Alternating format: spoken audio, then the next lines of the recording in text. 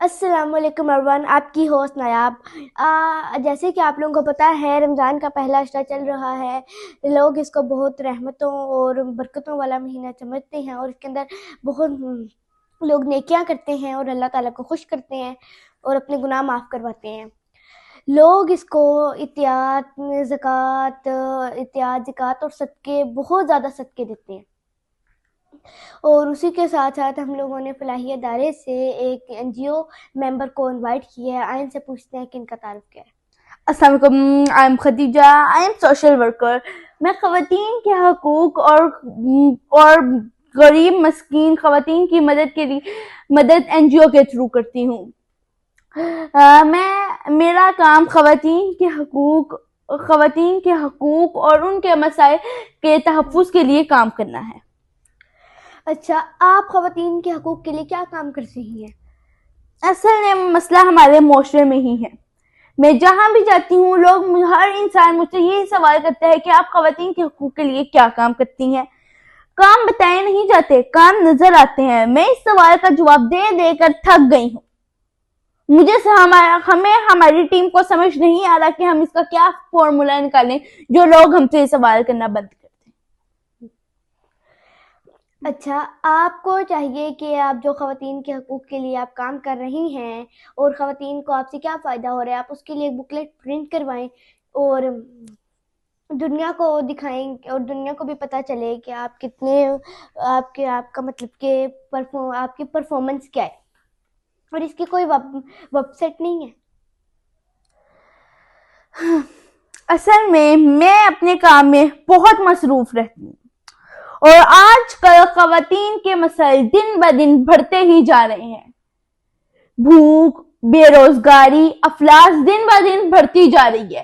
اب میں خواتین کے حقوق کے لیے کام کروں یا پھر بکلیٹ لے کے بیٹھ دوں؟ آئی بڑی مشورہ دینے والی۔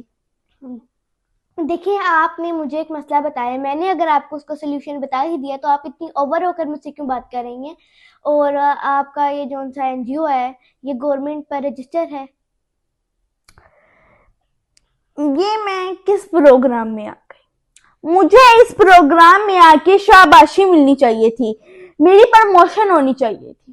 آپ حساب کتاب لے کے بیٹھ گئی ہیں۔ آپ بھی تو ایک عورت ہیں۔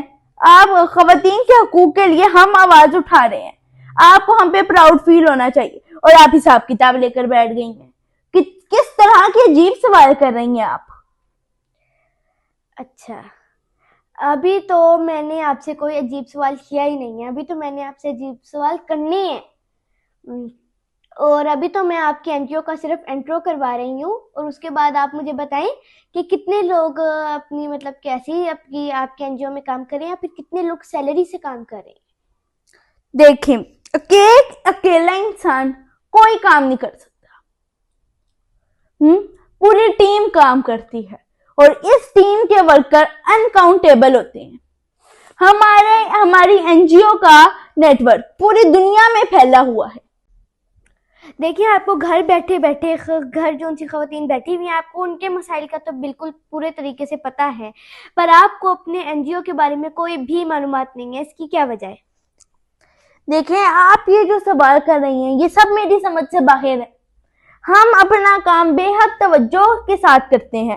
ہم اپنے کام میں اتنے مصروف رہتے ہیں کہ ہمیں ایک منٹ کا بھی بریک نہیں ملتا۔ اچھا، آپ مجھے یہ بتانا پسند کریں گی کہ آپ کی NGO میں کتنا فنڈ آتا ہے، کہاں سے آتا ہے، اور کون بھیجتا ہے، اور اس کا آڈٹ آتا ہے کہ نہیں؟ آئی تھنک سو میں یہاں انٹرویو دینے آئی تھی۔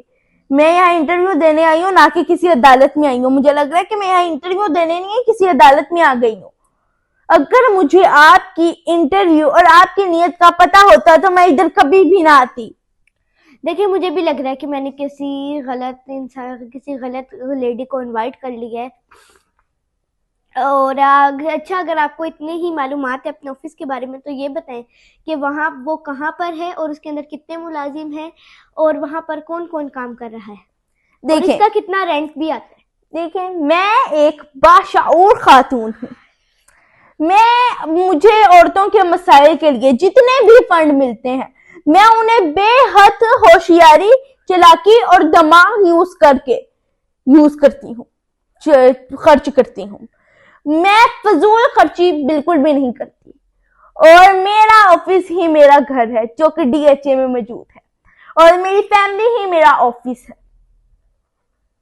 دیکھیں ناظرین، آج ہم لوگوں نے ایک NGO کی اونر کا انٹرویو کیا اور آپ لوگوں نے ان کے سارے باتیں سن لی ہوں گی. یہ جو ان سے میں نے جتنے بھی سوال کیے، انہوں نے کسی بھی سوال کا جواب نہیں دیا اور اپنی ہی کہانی سنائی. اور آج کی سٹوری کا مورل ہے کہ زکوٰۃ، خیرات، صدقات آپ لوگ رجسٹریشن آپ لوگ کسی ایسے رجسٹر میں دیں جس کے بارے میں آپ کو پوری معلومات ہو.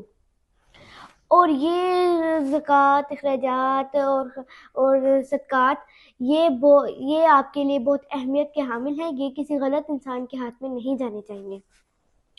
اور یہ تھا اس کا پارٹ 1. اس کے بعد ہم اس کا پارٹ 2 بھی ضرور بنائیں گے انشاءاللہ. اور یہ تھا ہمارا یوٹیوب چینل خود وتھ صابر جمال. اس کا لائک کر دیں، شیئر کر دیں، سبسکرائب کر کے بیل آئکن کو پریس کر دیں. Thank you very much.